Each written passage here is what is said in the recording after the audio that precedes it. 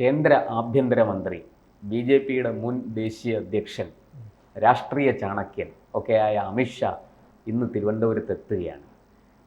B J പിയുടെ state office Mararji Bhavan ഉദ്ഘാടനം ചെയ്യാനാണ് അദ്ദേഹം വരുന്നത്. പക്ഷേ അതിന് അപ്പുറത്തേക്ക് വരാൻ പോകുന്ന തദ്ദേശ തെരഞ്ഞെടുപ്പുകൾ ആണ് ലക്ഷ്യം വച്ചിരിക്കുന്നത്. തിരുവനന്തപുരം കോർപ്പറേഷൻ, തൃശ്ശൂർ കോർപ്പറേഷൻ, ഇത് രണ്ടും ബി ജെ പിക്ക് പിടിച്ചേ മതിയാവൂ. ഈ രണ്ട് സ്ഥലത്തും ബി ജെ പിയുടെ മേയർമാർ ഉണ്ടാകണം എന്നാണ് അമിത്ഷാ കൊടുത്തിരിക്കുന്ന നിർദ്ദേശം.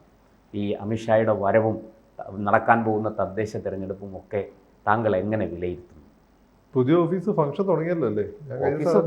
ഡ്രൈവ് ചെയ്ത് പോയപ്പോൾ അവിടെ മീഡിയനെ കണ്ടു. ഒഫീഷ്യലായിട്ട് ഉദ്ഘാടനം ചെയ്യും. അതെന്ന് വെച്ചാൽ പണി കുറെ കൂടെ പൂർത്തിയാകാനുണ്ടായിരുന്നു. അപ്പോൾ പണി പൂർത്തിയായി, അത് ഫുൾ ഫങ്ഷനിങ് ആകുകയാണ്. അതിൻ്റെ ഉദ്ഘാടനമാണ്. മുഖ്യമന്ത്രിയുടെ ഓഫീസും പ്രതിപക്ഷ നേതാവിൻ്റെ ഓഫീസൊക്കെ ഉള്ള ഓഫീസ്. അതെ. ഓക്കെ. അല്ല, അമിത്ഷായുടെ വരവ് ഈ വരവ് ഒരു വരവല്ല. അതിൻ്റെ ഏറ്റവും നല്ല ഉദാഹരണം എന്ന് വെച്ചാൽ ഇവിടെ വലിയ കട്ടൗട്ടുകളില്ല, ഹോർഡിങ്സ് ഇല്ല, ഒരു സാധനമില്ല. മുമ്പ് അങ്ങനെ അമിത്ഷാ വെറുതെ ഇതിനെ പോയാലും നേതാവ് മഹാൻ, ഞാൻ ബി മഹാൻ എന്ന് തോന്നുന്നുള്ള പോസ്റ്റ് ഡൽഹി കാണുന്ന പോലെ അറിയാലോ. ഹാർദിക് ബദ്ദായി നിൽക്കുന്ന ഡൽഹി സോണിയാഗാന്ധി, എൻ്റെ വേറൊരു നേതാവ് നോക്കും. അവിടെ കുട്ടി നേതാക്കൾ പോലും അങ്ങനത്തെ ഫ്ലക്സുകൾ. ഞാൻ വിചാരിച്ച ആദ്യമൊക്കെ ഡൽഹി പോയപ്പോ ഇവന്മാരൊക്കെ ഇവിടുത്തെ എന്താ വലിയ സംഭവമായിരിക്കുന്നത്. അതുണ്ടായിരുന്നു തിരുവനന്തപുരത്ത്. എസ്പെഷ്യലി ബി ജെ പി വളരെ കൂടുതലായിരുന്നു. അമിത്ഷായോ മോഡിയോ നദ്ദയോ ഈ വഴി പോയി കഴിഞ്ഞാൽ മൊത്തം ഫ്ലക്സ് ആയിരുന്നു. ഇപ്പോൾ ഫ്ലക്സ് ഇല്ല. ഞാൻ ആകപ്പാടെ കണ്ടത് കുറച്ച് പോസ്റ്ററുകൾ നമ്മുടെ PMGയിൽ മാസ്കറ്റ് ഹോട്ടലില്ലേ, അതിൻ്റെ ഓപ്പോസിറ്റ് കുറച്ച് രാജീവിൻ്റെയും ഇദ്ദേഹത്തിൻ്റെയും പോസ്റ്ററുകൾ കണ്ടു. അതിലും ഇങ്ങനെ വരാൻ നേതാ മഹാൻ എന്നുള്ള രീതിയിലല്ല, വാർഡ് തല കുടുംബ സംഗമം, അങ്ങനത്തെ ഒരു സംഭവമാണ് എഴുതി വെച്ചിരിക്കുന്നത്. വാർഡ് തലത്തിലുള്ള ഒരു പ്രവർത്തകരുടെ സംഗമത്തെയാണ് അദ്ദേഹം അഭിസംബോധന ചെയ്യാൻ പോകുന്നത്. അതിൽ കുറച്ചുപേര് നേരിട്ടും അല്ലാതെയുള്ള ജില്ലകളിലുള്ളവർ ഓൺലൈനായിട്ടും പങ്കെടുക്കും. അപ്പൊ ഇത് പരമാവധി ചെലവ് കുറയ്ക്കുക എന്നുള്ളതാണ് വേണ്ടത്. ഇതിപ്പോ കേന്ദ്രത്തിൽ ഭരണം കിട്ടിയത് ഇവിടെ ആർഭാടായിരുന്നില്ലേ? കേന്ദ്രത്തിൽ ഭരണം കിട്ടിയത് ഇവിടെ നൂലുകെട്ടിന് പോലും ബിരിയാണി ആയിരുന്നു. സീരിയസ്ലി പക്ഷെ അത് എന്നെ കടന്നു തന്നാൽ ഞാൻ കൂടുതൽ പറയുന്നില്ല. അപ്പോൾ അത് മാറ്റിയിട്ട് ഇപ്പൊ രാജീവിന് അങ്ങനെ ആർഭാടം കാണിക്കാൻ BJPന്റെ പൈസ ആവശ്യം, സ്വന്തം പൈസ ഉള്ള ആളാണ്. പക്ഷെ രാജീവ് അത് ചെയ്യുന്നില്ല. രാജീവ് ഹിമീൻസ് ബിസിനസ് ഏഷ്യാൻ്റെ ബിസിനസ് അല്ല ഉദ്ദേശം. അതായത് രാഷ്ട്രീയത്തിൽ റിസൾട്ട് വേണം എന്ന് തന്നെയാണ് അദ്ദേഹത്തിൻ്റെ ഉദ്ദേശം. ഈ കുടുംബസംഘം എന്നുള്ളത് അല്ലെങ്കിൽ ഇത്തരം മീറ്റിങ്ങുകൾ ഇവിടെ അത്ര നിൽക്കാൻ പോകുന്നില്ല എന്ന് തന്നെ മനസ്സിലാക്കുന്നത്. രാജീവിൻ്റെ ഒരു പ്ലാനാണ്. രാജീവിന് കൃത്യമായ പ്ലാനുണ്ട്. ആ പ്ലാൻ അനുസരിച്ചാണ് പോയിക്കൊണ്ടിരിക്കുന്നത്. അത് ഓൾ കേരള അടിസ്ഥാനത്തിലുണ്ടാവും. അതിൻ്റെ ഒരു ഹരിശ്രീ കുറിക്കലാണ് അമിത്ഷാ വരാൻ പോകുന്നത്. എൻ്റെ ഉദ്ഘാടനത്തിൽ ആരെങ്കിലും വേണമല്ലോ കാര്യമായിട്ട്. അതാണ് അങ്ങനെ. ആ ഉദ്ഘാടനം ചെയ്യുമ്പം ആരെങ്കിലും പോരാ, ഏറ്റവും കരുത്തനായ ആളല്ല. ആരെങ്കിലും എന്ന് വെച്ചാൽ ഇപ്പം ഞാനോ നിങ്ങളോ ഒരു കാര്യമല്ല. അങ്ങനെ നീ മോഡി അങ്ങനെയുള്ള ആരെങ്കിലും, കനപ്പെട്ട ആരെങ്കിലും വേണം, അങ്ങനെയുള്ള ആരെങ്കിലും വേണം. അതെ, ആ രീതിയിലാണ് പിന്നെ ഈ പറഞ്ഞ പോലെ അദ്ദേഹത്തെ കൊണ്ടുവരുന്നത്. അതുകൊണ്ട് കൊണ്ടുവരുമ്പോൾ അതിൻ്റെ സീരിയസ്നെസ് ഉള്ളൂ. അപ്പോൾ പല മെസ്സേജസ് പോകും. അമിത്ഷായാണ് വരുന്നത്, നീ ഉള്ളിൽ കൂടെ തുറങ്ങാൻ വെക്കാൻ ആർക്കും ഉദ്ദേശം ഉണ്ടെങ്കിൽ അമിത്ഷാന്റെ പേര് കേട്ടാൽ തന്നെ ആ ഏരിയയിൽ നിൽക്കില്ലല്ലോ. അങ്ങനെ ഒരുപാട് ഉദ്ദേശങ്ങളുണ്ട്. മാത്രമല്ല ഇത് സീരിയസ് ബിസിനസ് എന്ന രീതിയിലാണ് ഇത് ഫലം ചെയ്യുമെന്നാണ് എനിക്ക് തോന്നുന്നത്. ഫലം ചെയ്യുന്ന കോൺഗ്രസിൻ്റെ മീറ്റിംഗ് പോലായിട്ട് കാര്യമല്ല. BJPക്ക് പലപ്പോഴും ഉള്ളത് കേരളത്തിൽ കോൺഗ്രസിൻ്റെ സ്വഭാവമാണ്. സംഘടനാ CPMൻ്റെ സ്വഭാവം, പ്രവർത്തന രീതിയിൽ പലപ്പോഴും കോൺഗ്രസ്സാണ്. ഇതിൻ്റെ അവസാനം ഞാൻ വ്യത്യസ്തമായി കണ്ടത് ചില ലേഡീസ് നടത്തിയിട്ടുള്ള പെർഫോമൻസാണ്. അതങ്ങനെ പെർഫോമൻസ് വളരെ അത് എനിക്ക് കോവിഡ് സമയത്തായിരുന്നു. അത് വളരെ അപൂർവമായി BJP നടത്തുന്ന സമരങ്ങൾ നമ്മൾ മീഡിയയുടെ ഫസ്റ്റ് പേജിൽ വരാറുണ്ട്. അത് വന്നതിന് പലതവണ ഇപ്പോഴും സമരങ്ങൾ കാണിക്കുമ്പോൾ നമ്മുടെ ചാനലുകൾ അതാണ് എടുത്ത് കാണിക്കുന്നത്. അതൊരു വളരെ സിൻസിയർ ആയിട്ടുള്ളൊരു അല്ല. ഇപ്പോഴും BJPയുടെ സമരങ്ങളിൽ സ്ത്രീശക്തി ഒരു വലിയ ഘടകം തന്നെയാണ്. അത് ഏറ്റവും എടുത്തുന്ന ആ സമരത്തിൽ നമ്മൾ ഒരു ദിവസം മുമ്പ് അത് പറഞ്ഞിട്ടുണ്ട്. ഞാൻ പറഞ്ഞില്ല, ദുർഗാവാഹിനിയൊക്കെ വലിയ ട്രെയിനിങ് കിട്ടിയ സ്ത്രീകളായിരിക്കും ഞാൻ പറഞ്ഞിട്ടുണ്ട്. നല്ല അപ്പം ആ രീതിയിലുള്ള ഒരു പ്രവർത്തനം, അത് ആ ഒരു മൊമെന്റം നിലനിർത്തി കൊണ്ടുപോകാൻ പറ്റിക്കഴിഞ്ഞാൽ അത് ഗുണം ചെയ്യുമെന്നാണ് എനിക്ക് തോന്നുന്നത്. കാരണം കേരളത്തിൽ നിലവിലുള്ള സാഹചര്യത്തിൽ മൂന്നാമത്തെ ഫോഴ്സിന് ഒരു പ്രസക്തിയുണ്ട്.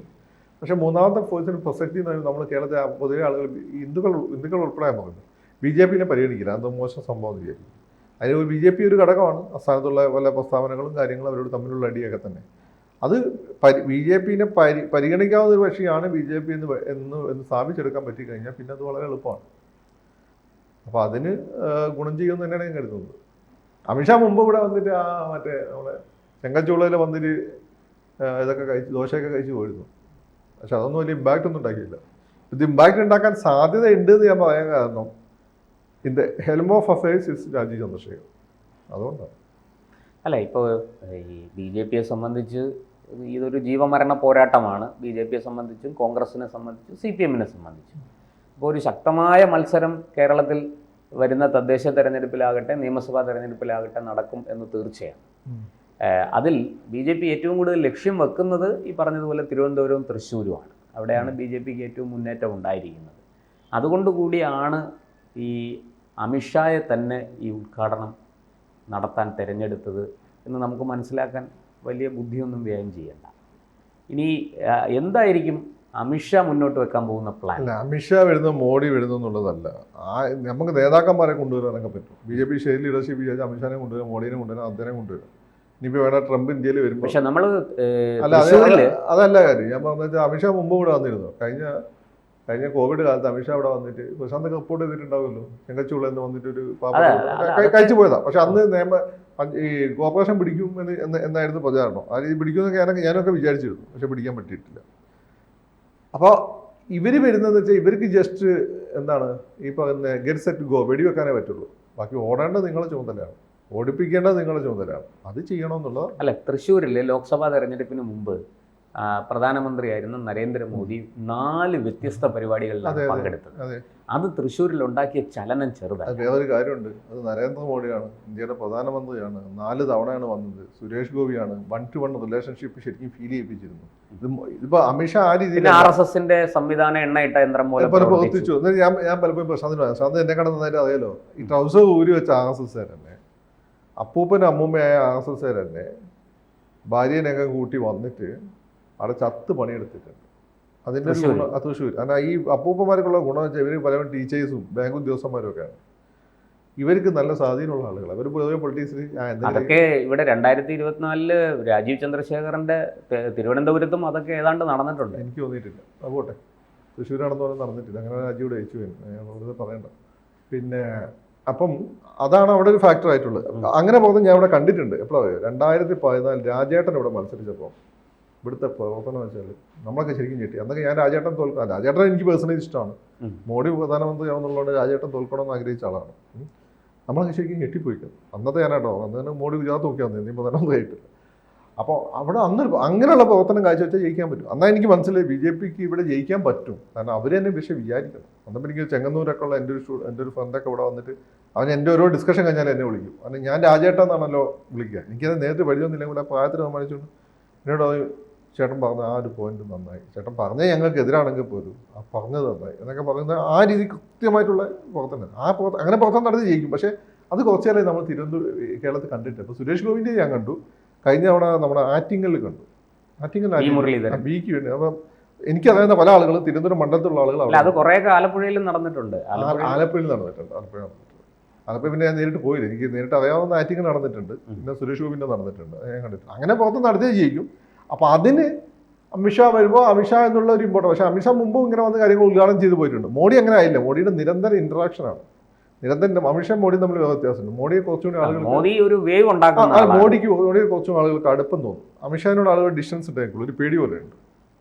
അപ്പോൾ അതുകൊണ്ട് അമിത്ഷാന്റെ പ്രസൻസ് അല്ല, ഈ പ്രസൻസിന്റെ പുറത്ത് ഇവിടുന്ന് തുടങ്ങുന്ന ഓട്ടം ഫിനിഷിംഗ് പോയിന്റ് വരെ ഉണ്ടാവണം. അതാണ് ഈ ആരംഭശൂരത്വം പോരാ, അത് അവസാനം വരെയും നിലനിർത്താൻ പറ്റണം. ആ ഒരു എന്തൂസിയാസം നിലനിർത്തണം. അപ്പൊ രാജീവ് ആ രീതി ശാസ്ത്രീയമായ മിഷനറി ഉണ്ടാക്കി വെച്ചിട്ടാണ് ഈ പണിക്ക് മെനക്കെട്ടെന്നാണ് ഞാൻ മനസ്സിലാക്കുന്നത്. അത് ആ രീതി പോവുകയാണെങ്കിൽ സക്സസ് ആയിരിക്കും. അവസാനം വരെ ആവേശം നിലനിർത്തിയാൽ BJP ഹ്യൂജ് സക്സസ് ആയിരിക്കും. അതിനുള്ള തുടക്കം അമിത്ഷാ ഭാരപാഠം വന്ന് തിരുവനന്തപുരം കോർപ്പറേഷൻ അതൊരു BJP കൗൺസിലർക്കെതിരെ ഒരു പോസ്റ്ററൊക്കെ കണ്ടോടെ കണ്ടില്ലേ? ഞാൻ ശ്രദ്ധിച്ചില്ല. ഇന്നലെ കണ്ടു. എന്തായി കാര്യം ഹരിതകർമ്മ സേനയുമായി അത് കുറെ ദിവസമായി. അത് അന്വേഷണം നടക്കുകയാണ്. അതിനകത്ത് കൗൺസിലറാണ് പരാതിപ്പെട്ടിരിക്കുന്നത്. ഞാൻ ഞെട്ടിപ്പോയി. CPM-ന്റെ ആളെ പറ്റിയാണ്. എനിക്ക് LED അറിയില്ല. അപ്പൊ ഞാൻ നോക്കാൻ വാടിയ താമര, അതായത് BJPക്കാർ വാടിയ താമര വെക്കില്ലല്ലോ. അപ്പൊ എനിക്ക് തോന്നുന്നു അതിന്റെ ഹീറ്റ് CPM-കാർ തന്നെ വെച്ച അതിന്റെ ഹീറ്റ് അതിന്റെ ഈ ഹീറ്റ് LDF കിട്ടിയിട്ടുണ്ടെന്ന് തോന്നുന്നു. അപ്പൊ സാധാരണഗതിയിൽ വലിയ പ്രശ്നങ്ങളൊന്നുമില്ല, ഇത്തരം പ്രശ്നങ്ങളൊന്നും ഇങ്ങനെ പോസ്റ്ററിലേക്കൊന്നും പോയില്ല. ഒരു ചലഞ്ച് വരുമ്പോഴാണ് ഓരോ വിഷയം അഡ്രസ്സ് ചെയ്യേണ്ടതായിട്ട് വരുന്നത്. അപ്പോൾ ഒരു ശക്തമായ മത്സരത്തിലേക്കാണ് തൃശ്ശൂർ നല്ല സ്കോപ്പ് ഉള്ളതാണ്. ഇപ്പോഴത്തെ ഒരു സാഹചര്യം നല്ല സ്കോപ്പ്. പക്ഷേ സ്ഥാനാർത്ഥി നിർണ്ണയം, പറ്റിയ സ്ഥാനാർത്ഥികളെ നിർത്തണം. അല്ലെങ്കിൽ എന്തെങ്കിലും തരത്തിലുള്ള താല്പര്യങ്ങൾക്ക് പുറത്ത് ജയിക്കാൻ സാധ്യതയുള്ള സ്ഥാനാർത്ഥികളെ മാറ്റി വേറെ നിർത്തി കഴിഞ്ഞാൽ ഇമ്പാക്റ്റ് ഉണ്ടാവും. ഞാൻ ഇപ്പം അടുത്ത് ട്രെയിനിൽ പോകുമ്പോൾ വേറെ RSS തന്നെ ട്രെയിനിൽ കണ്ടു തൃശ്ശൂർ. അപ്പോൾ ഞാൻ ചോദിച്ചു, ഗോപാലകൃഷ്ണന് സിറ്റി ടൗൺ കൊടുക്കുമോ? അപ്പോൾ എങ്ങനെ എന്നോട് BJP അല്ലേ പറയാൻ പറ്റില്ല. അയാൾ നിരാശയോട് കൂടി വന്നത്. ഗോപാലകൃഷ്ണൻ ടൗണിൽ കുറച്ച് ബന്ധവും വക്കീലെന്നുള്ള ബന്ധവും പിന്നെ എന്താണ് ശബരി യൂട്ട് എന്നൊക്കെ പറഞ്ഞ പരിപാടിയൊക്കെ നിരന്തരമൊക്കെ നടത്തി. ആ പ്രദേശത്ത് തന്നെ ഉണ്ട്. ഞങ്ങളുടെ ഭാര്യ ഒരുപാട് കാര്യങ്ങൾ ചെയ്യുന്നുണ്ട്, ഡോക്ടറാണ്. അപ്പോൾ അവിടെ പറ്റിയില്ല. പക്ഷേ അവിടെ പത്മജെന്ന് വന്നിട്ടുള്ള വേറൊരാൾ കിടക്കുന്നുണ്ട്. BJP വന്ന് ലീഡറിനെ നമ്മൾ അവഗണിക്കാൻ പറ്റില്ല. അപ്പം ഇങ്ങനെയുള്ള ചില താല്പര്യങ്ങളല്ല, ഇത്തരമുള്ള ആരെടുക്കണമെന്നുള്ള ചോദ്യം വരുമ്പോൾ ആ ചോദ്യത്തിനുള്ള ഉത്തരം വളരെ നന്നാക്കണം. ഓക്കെ. കൂടുതൽ വാർത്തകളും വിശേഷങ്ങളും നിങ്ങളിലേക്ക് എത്താൻ ABC മലയാളം സബ്സ്ക്രൈബ് ചെയ്യുക, ബെൽ ബട്ടണും അമർത്തുക.